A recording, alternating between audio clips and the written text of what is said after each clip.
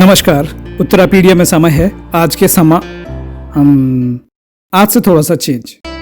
कार्यक्रम का नाम रख सकते हैं हैप्पी सुबह। हैप्पी सुबह, कुछ और नाम भी आप सुझाएं तो उसे भी रख लेंगे। आप कहें तो रोज शो का नाम बदल देंगे। यहाँ सीरियस होने जैसा कुछ नहीं है।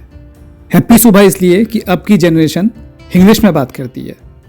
जहाँ तक आए अंग्रेजी झाड़ दो, जहाँ अटक जाओ मातृभाषा की शरण में चले जाओ। कोई माइंड नहीं करता। Life became so easy. इस समय आपको मिलेंगी थोड़ा खबरें भी और करेंगे थोड़ा बातचीत, कुछ हमारे अनुभवों के बारे में, कुछ आपके। आप अपने किस्से, कहानियां, रोचक अनुभव, लघु प्रसंग कमेंट में लिखकर भेज सकते हैं या हमारे फेसबुक पेज में मैसेज कर सकते हैं। अपने अनुभव आप अपनी आवाज में रिकॉर्ड कर भी भेज सकते हैं। चुने हुए अनुभव हम अपने आने वाले एपिसोड का हिस्सा बनाएंगे। अब हैप्पी मॉर्निंग ही क्यों? तो जनाब, किसी फिलोसोफर ने कहा है कि सुबह 10 बजे तक आप अपने को खुश रखो तो पूरा दिन आपको खुश रखेगा।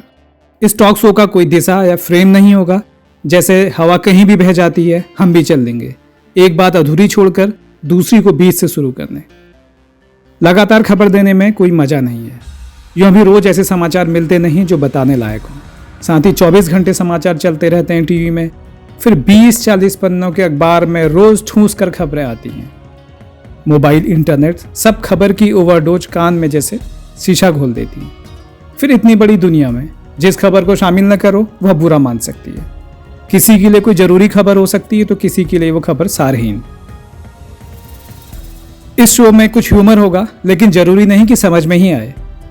कई बार हमें खुद की ही बात समझ नहीं आती और दूसरे लोग उस पर हंसने लग जाते हैं। इस पर याद आया, मेरे दादाजी कभी पत्र या पेपर में कुछ लिखते। दादाजी की हैंडराइटिंग इतनी इनक्रिप्टेड टाइप थी कि उसे कोई समझ नहीं सकता था। यहां तक कि खुद वो भी नहीं। उनकी खुद की हैंडराइटिंग उनके लिए इतनी अजनबी थी कि जब भी उन्हें जरूरत पड़ती अपने लिखे हुए को समझने के लिए तो वो अपने सुपुत्र यानी मेरे पिताजी को बुलाते। और दुनिया में सिर्फ पिताजी ही ऐसे थे जो उनका लिखा समझ पाते थे। नहीं, ये बात नहीं कि दादाजी कोई डॉक्टर थे या पिताजी मेडिकल स्टोर चलाते थे। बस पिता के काम आ जाओ, एक बेटे के लिए इससे ज्यादा फक्र का पल क्या होता है। इसलिए पिताजी ने उनकी हैंडराइटिंग समझने की कला विकसित की। आज की खबर सुनाऊं या पिछले कुछ दिनों की रैंडम खबरें बोल दूं, आपको पता भी नहीं चलेगा।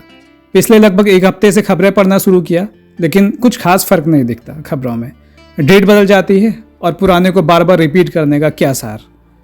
फिर खबरों में होता ही क्या है? कुछ एक अच्छी उत्साह से भरी खबर, फिर कहीं दुख देने वाली घटना का जिक्र। कौन से भाव को कितनी देर भाव दें यह समझ में नहीं आता।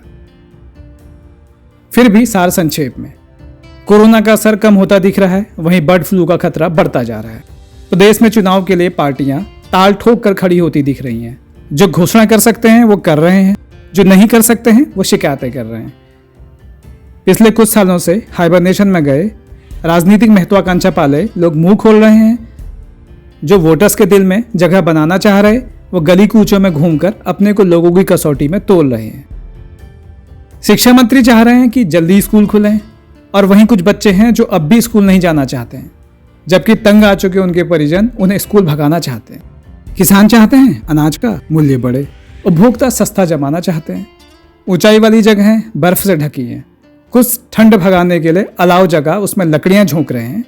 मैदानी भाग में कोहरे की ठंड से त्रस्त लोग किस्मत को ठोक रहे हैं।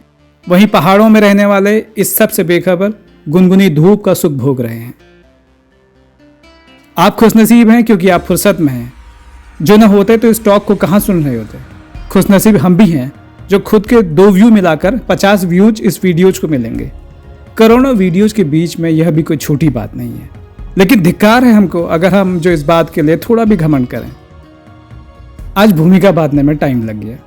कल भी यूं कुछ ज्यादा उम्मीद न करें। उम्मीदें टूटी तो निराशा होगी।